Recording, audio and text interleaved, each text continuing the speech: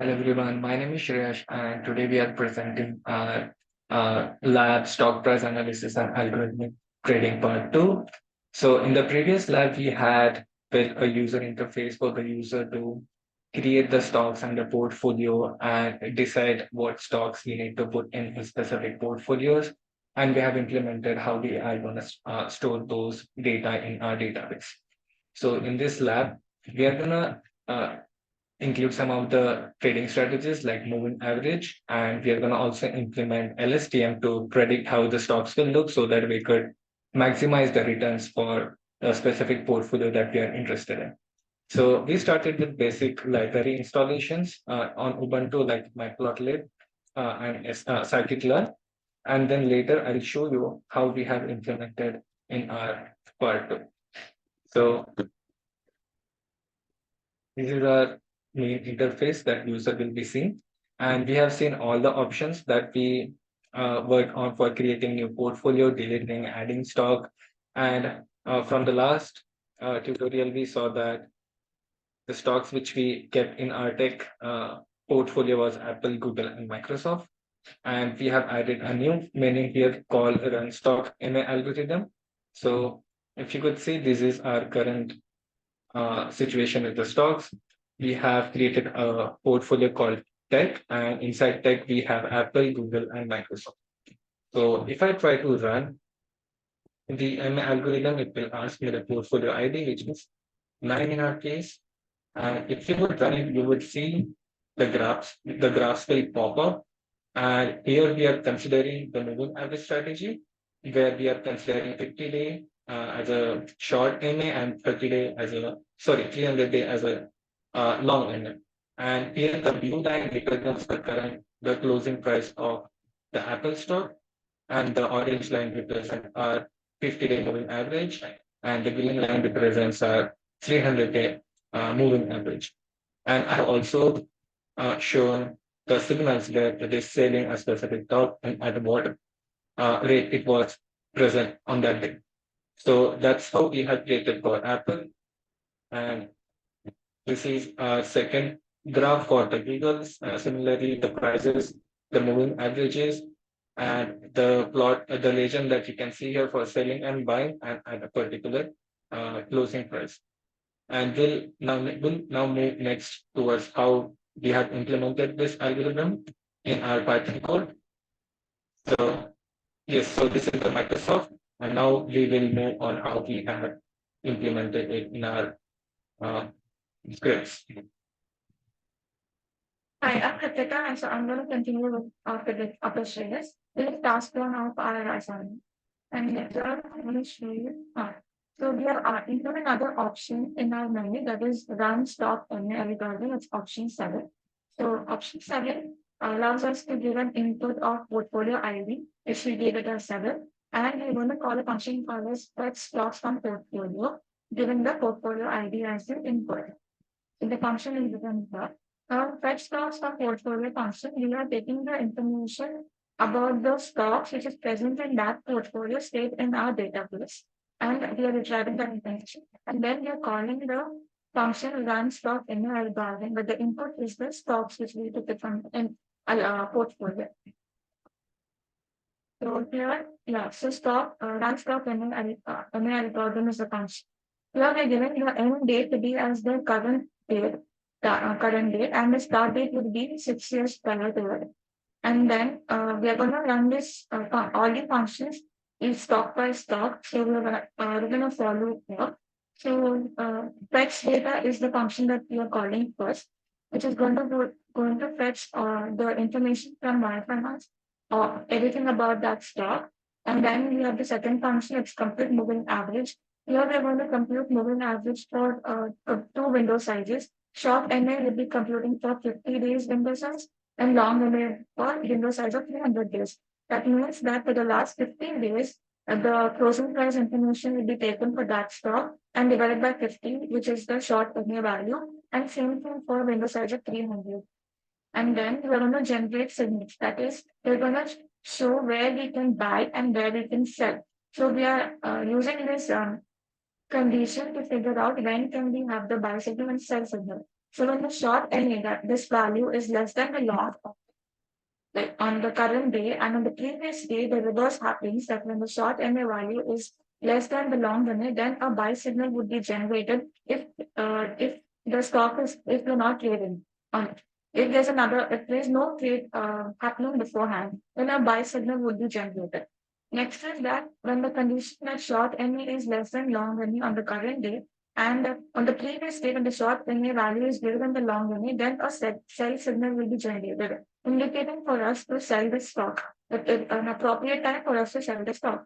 Now we're going to visualize this using this function. I've written it here, visualize function, and I'm going to show that to you in the email.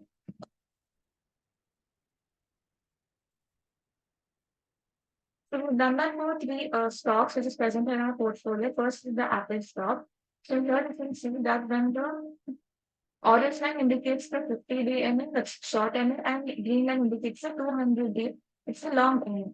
So when 50-day short MA is less than the long MA, that is when the green orange is less than the green signal, as you can see here. And on the previous day, when the orange was greater than the this and the previous day when the 200 was greater than the short MA, then a buy signal is generated, which is indicated by the green signal bar. So at this price, it's 51.50. At this price, it's a very good time to buy this stock.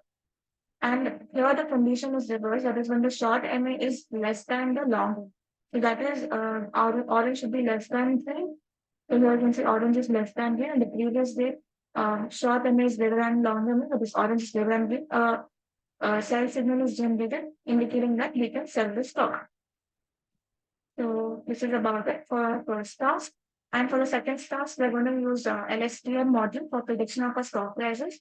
Why we choose this model is because it is a very good model for sequential data. It can remember information from a long period of time. So it can remember when we had a buy signal, when we did a buy operation, so that when the point comes to sell, it can remember the buy and it can sell it and it can generate the profit and that duration. So that's why we're using the LSTM model. Right, I'm going to show the LSTM moving average strategy here. So as my teammates explained how we are using moving average strategy, and the same implementation is done. So this is our main function here, and we have the three Apple, Google, and Microsoft in our portfolio. And now we are training after fetching the data from device finance. We are predicting using the LSTM model, training LSTM. So here we are using the train data as like the closing price of the stock data, and we are modifying the data according to the LSTM model by normalizing it and scaling it. And we are taking the time step of 100, and then we are training the model, and we are training our model using RM optimizers and loss as mean square error. And after the model is fit, and we are choosing the test data and also our predictions. We are using our predictions to see in the visualization plot, and we are printing RMSA and MAE values. And here we take an initial investment as 1,000. And according to that, we can see that the implementation of moving average strategy and LSTM implementation, how the profits are made.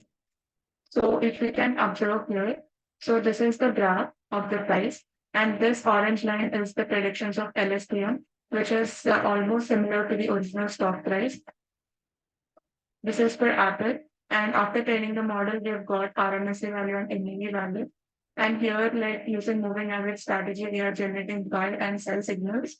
And we can see that we're also printing the portfolio value history, like throughout the transactions made in the entire time period duration. And as we have started initially with 1,000, and now the total return for after we are getting $1,401.18, which means that we are in the profit of $401. And here in this table, we can see when the buy is done and when the sell is done. And here we can see the prices per share. We have 48.54 and the number of shares.